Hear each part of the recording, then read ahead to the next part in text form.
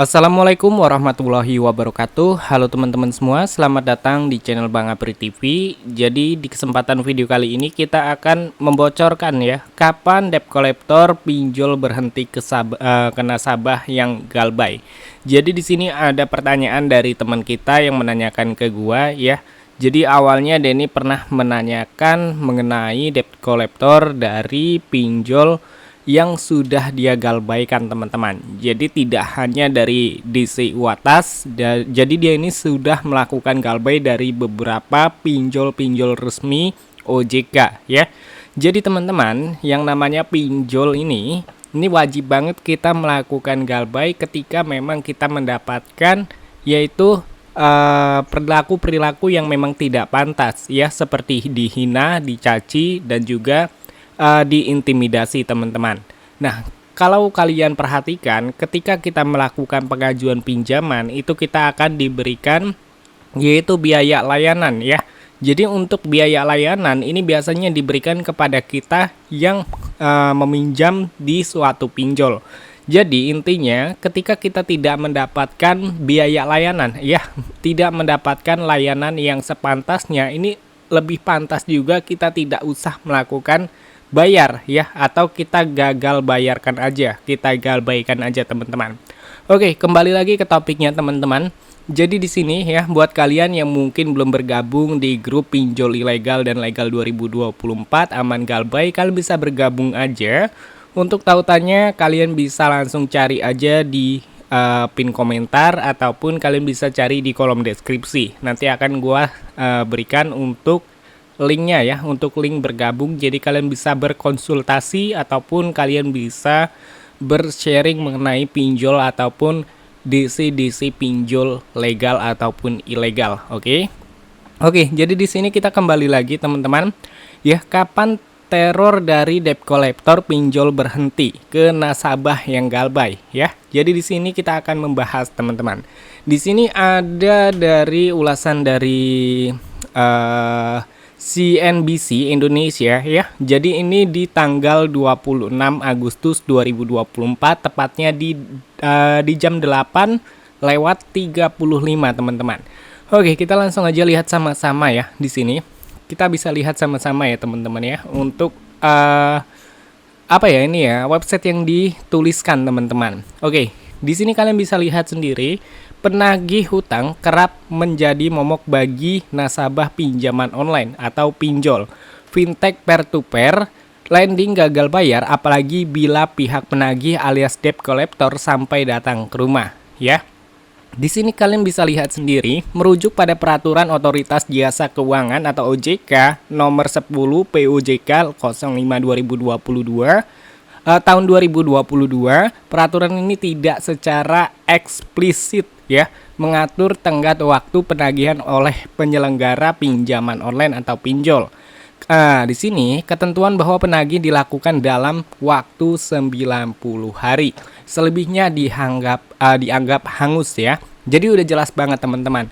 Menurut peraturan OJK ya nomor 10 di bulan 5 2022, jadi kalau misalkan waktu penagihannya atau waktu pembayaran kita sudah melebihi dari 90 hari, ini sudah dianggap hangus ya. Jadi mungkin tidak akan ada lagi yang namanya teror dari debt collector kepada nasabah yang sudah melakukan galbay ya. Oke, di sini kita lihat lagi ke bagian bawah. Setelah 90 hari gagal bayar bukan berarti utang dianggap lunas ya. Ini harus digarisbawahi, bukan dianggap lunas ya. Peminjam atau nasabah akan dibawa ke jalur hukum yang legal oleh mereka. Nah, di sini kita bahas lagi teman-teman ya. Untuk yang dibawa ke jalur hukum, ini tidak akan pernah ya teman-teman ya. Jadi selama gua melakukan galbay dan juga melihat teman-teman kita yang melakukan galbay di grup-grup ini, tidak ada yang namanya nasabah dibawa ke jalur hukum ya. Jadi untuk para nasabah yang melakukan galbay secara perdata memang iya data kita akan masuk ke slik OJK, tetapi secara pidana ini tidak ada teman-teman ya. Secara hukum pidana kita tidak akan terkena. Oke, sampai detik ini pun gue belum pernah mendengar teman-teman. Oke, jadi di sini kita lanjutkan lagi. Nasabah akan dilaporkan kepada Otoritas Jasa Keuangan oleh pihak pinjol melalui Slik OJK. Ya, sudah jelas ya. Melalui Slik OJK, berarti datanya aja secara perdata, bukan secara pidana. Dengan laporan ini, nasabah pinjol yang gagal bayar tidak akan bisa mengajukan pinjaman ke lembaga keuangan lainnya atau kredit, teman-teman. Jadi artinya ketika kita melakukan galbay di suatu pinjol legal resmi OJK yang nantinya data kita ini akan masuk ke Slik OJK ya, Sistem Layanan Informasi Keuangan, Otoritas Jasa Keuangan, yang nantinya kita tidak bisa lagi meminjam ke lembaga keuangan lainnya ya, pinjol-pinjol lainnya gitu teman-teman. Oke. Dan di sini bunga pinjaman pun akan terus meningkat sesuai dengan ketentuan yang berlaku berdasarkan peraturan OJK tahun 2022. Ya, bunga pinjaman online legal adalah sebesar 0,4% per hari dengan tenor kurang dari 30 hari. Bunga pinjaman produktif dikenakan sebesar 12% hingga 24%. Ya, jadi menurut dari peraturan dari OJK-nya langsung, untuk bunga yang akan kita terima ini tidak akan melebihi dari 100% pinjaman kita. Jadi dalam artian kayak gini teman-teman, ketika kalian mengajukan pinjaman sebesar 1 juta rupiah dan kalian melakukan galbay selama setahun 2 tahun, dan nanti kalian akan cek sendiri ya, ini menurut peraturan OJK sendiri, ketika memang kalian sudah mendapatkan yang namanya biaya kalian melakukan gagal bayar ya, misalkan dendanya, ini dendanya tidak boleh melebihi dari batas kalian melakukan pengajuan pinjaman. Jadi yang artinya pinjaman kalian ini tidak akan melebihi dari 1 juta. Berarti yang harus kalian bayarkan itu 2 juta. Kalau misalkan sudah melebihi 2 juta, itu berarti untuk aplikasi pinjaman online yang kalian galbaikan sudah melanggar peraturan OJK. Yang dimana itu tidak perlu lagi dibayarkan teman-teman. Dan di sini ada batasan penagihannya ya. Jadi meski berhak menagih sesuai peraturan OJK nomor 22 tahun 2023 pada pasal 62 B mengatur bahwa penyelenggara jasa keuangan wajib memastikan penagihan kepada konsumen dilaksanakan sesuai dengan norma yang berlaku di masyarakat dan ketentuan aturan perundang-undangan. Oke. Dan di sini kita bacakan lagi ya. Dengan demikian, penyelenggara jasa keuangan wajib memastikan penagihan dilakukan tidak menggunakan mengancam dan tindakan yang mempermalukan konsumen. Penagih juga tidak boleh mengintimidasi dan dilakukan secara terus-menerus. Ini sudah jelas banget teman-teman.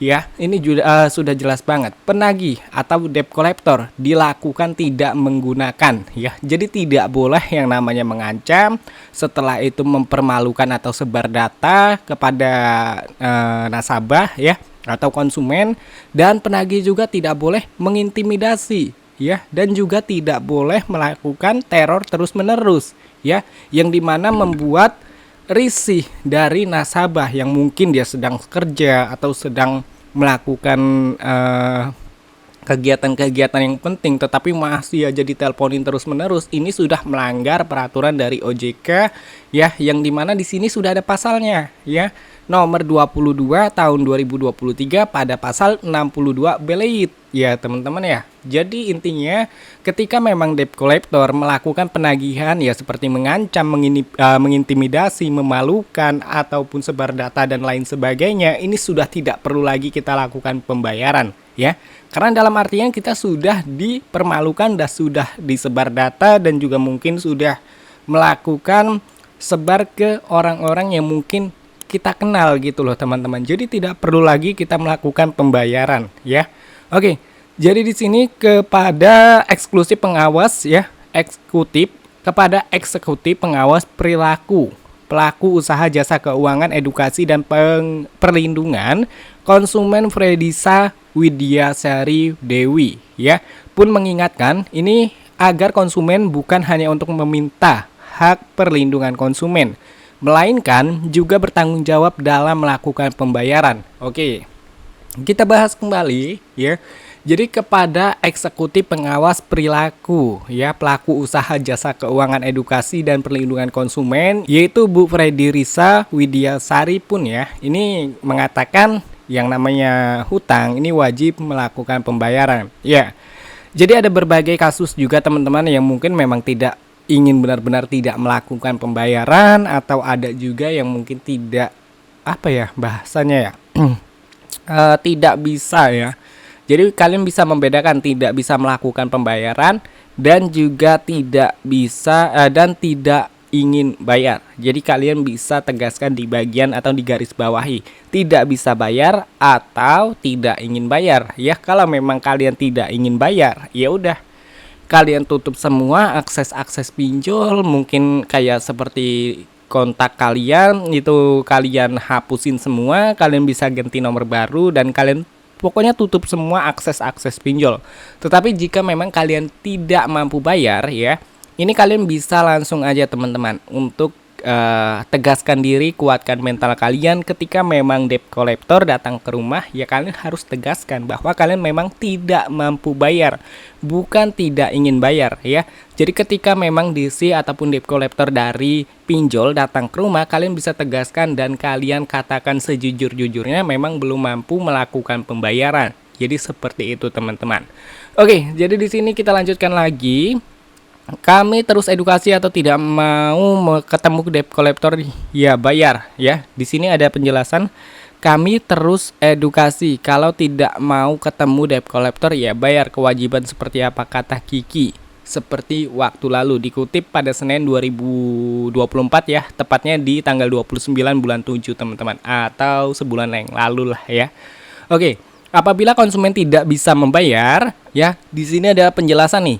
Jika memang tidak bisa atau tidak mampu ya, Kiki menyarankan untuk konsumen secara aktif meminta restrukturisasi ya kepada lembaga keuangan atau OJK. Akan tetapi dia meminta keputusan akhir mengenai restrukturisasi merupakan hak perusahaan keuangan. Jadi intinya teman-teman, ketika kita memang konsumen yang tidak mampu melakukan pembayaran ya untuk ini, kita disarankan untuk secara aktif meminta restrukturisasi kepada lembaga keuangan ataupun ke OJK. Nah, tetapi di sini dia mengatakan keputusan akhir mengenai restrukturisasi merupakan hak perusahaan keuangan ya. Jadi untuk keputusannya itu ada di perusahaan keuangannya sendiri teman-teman, bukan dari lembaga keuangannya ya, dari aplikasinya sendiri teman-teman. Tapi daripada dicari-cari, mending proaktif, mending kalau memang Anda kewajibannya yang belum bisa dipenuhi, OJK juga menegaskan nih teman-teman bahwa pihaknya juga tidak akan melindungi konsumen nakal yang beretikat buruk dalam pembayaran kreditnya. Jadi gini, OJK itu menegaskan juga teman-teman bahwa kalau misalkan pihak yang tidak akan dia lindungi gitu, itu adalah konsumen-konsumen yang nakal yang beretikat buruk ya. Misalkan emang sengaja tidak melakukan pembayaran, bukan tidak mampu bayar ya. Ini kalian bisa lihat, kalian garis bawahi beretikat buruk dalam pembayaran kreditnya ya, kredit macet teman-teman. Ya, seperti itu. Nah, jadi intinya ketika kalian melakukan galbay di pinjol UOTAS ataupun pinjol-pinjol legal-legal lainnya seperti ada kami, Ivoji dan lain sebagainya ya. Intinya kalau misalkan sudah melebihi dari 90 hari ini sudah dianggap hangus ya. Atau untuk debt collector ini sudah tidak lagi melakukan teror terus-menerus teman-teman ya. Tapi dalam artian setelah 90 hari ini bukan dianggap lunas ya teman-teman ya. Jadi mungkin akan terkena yaitu secara perdata data kita akan masuk ke Slik OJK, dan mungkin untuk bunga yang kita dapatkan ini semakin tinggi atau semakin berjalan teman-teman ya, seperti itu aja.